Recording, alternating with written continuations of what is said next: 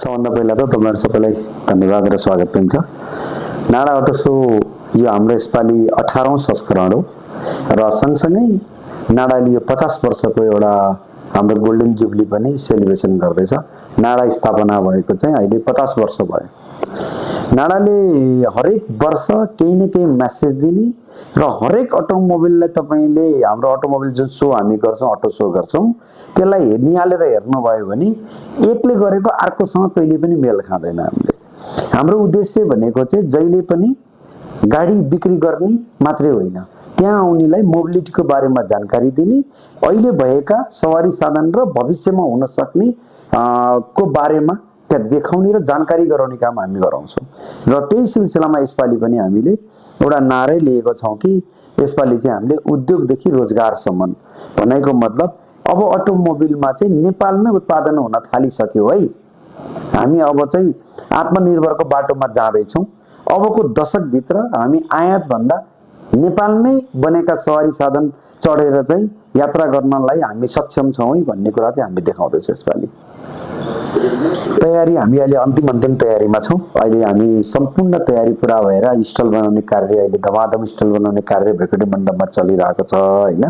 र यहाँहरुलाई हामीले प्रत्येक दिन एउटा कुनै न कुनै न्यूज मार्फत जानकारी गराइ नै रहेको छ एउटा। र चुनौती भनेको चाहिँ जहिले पनि हामीलाई के हुन्छ भने व्यवस्थापन के जुन छ हामीसँग चाहिँ एउटा लिमिटेड ठाउँ छ। अब यसपालि चाहिँ हामीसँग इतिहासमै सबैभन्दा बढी 200 वटा स्टल छ। 150 भन्दा बढी ब्रान्ड छन्। हरेक ब्रान्डको तपाई जहाँ 150 वटा ब्रान्ड रहन्छन् भने त्यहाँ धेरै अप्सनहरु रहन्छन्, धेरै लन्चहरु हुन्छन्, धेरै तपाईको चाहिँ अफरहरु रहने भएको कारणले गर्दा त्यहाँ जुन आउने जति पनि आउनुहुन्छ अवलोकन गर्न आउने मान्छेलाई त्यहाँ सुरक्षित तरिकाले हामीले हिँडाउन सक्नु पर्यो। उहाँहरूले त्यहाँ घुम्नको लागि सहज गरिदिनु पर्यो। सबभन्दा ठूलो चुनौती भनेको चाहिँ हामीलाई पार्किङ व्यवस्थापनको रहन्छ।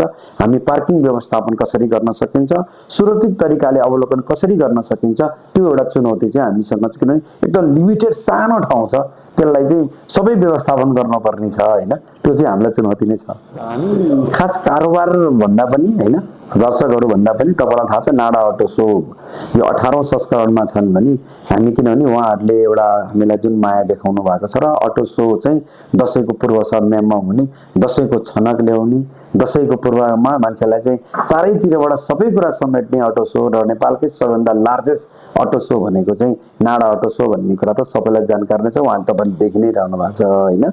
त्यही भएर हामीले चाहिँ व्यापार पक्ष पनि भन्दा पहिलाको भन्दा किनभने अहिले अटोमोबाइलको व्यापार तपाईले हेर्नुहुन्छ भने क्रमिक रूपमा सुधार उन्मुख भइ नै रहेछ र यति धेरै भेराइटीहरु छ यसपालि र यति धेरै अफरहरु दिएको छ हैन।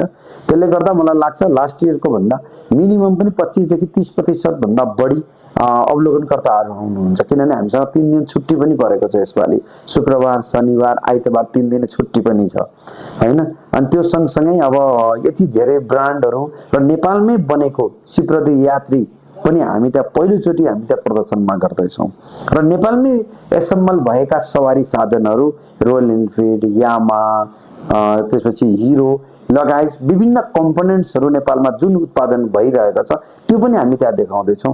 त्यो बाइक बैंकहरुले दिने सुविधा, वित्तीय सबैको अर्को बीमाले दिने सुविधाहरु, नेपालमा अरु पनि विभिन्न किसिमका कम्पोनेन्ट्स उत्पादन हुन्छन्।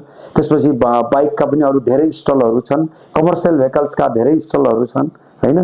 त्यसले गर्दाखेरि मलाई लाग्छ पहिलाको भन्दा उत्साहजनक र धेरै राम्रो हुनेछ भन्ने आशा लिएको छु।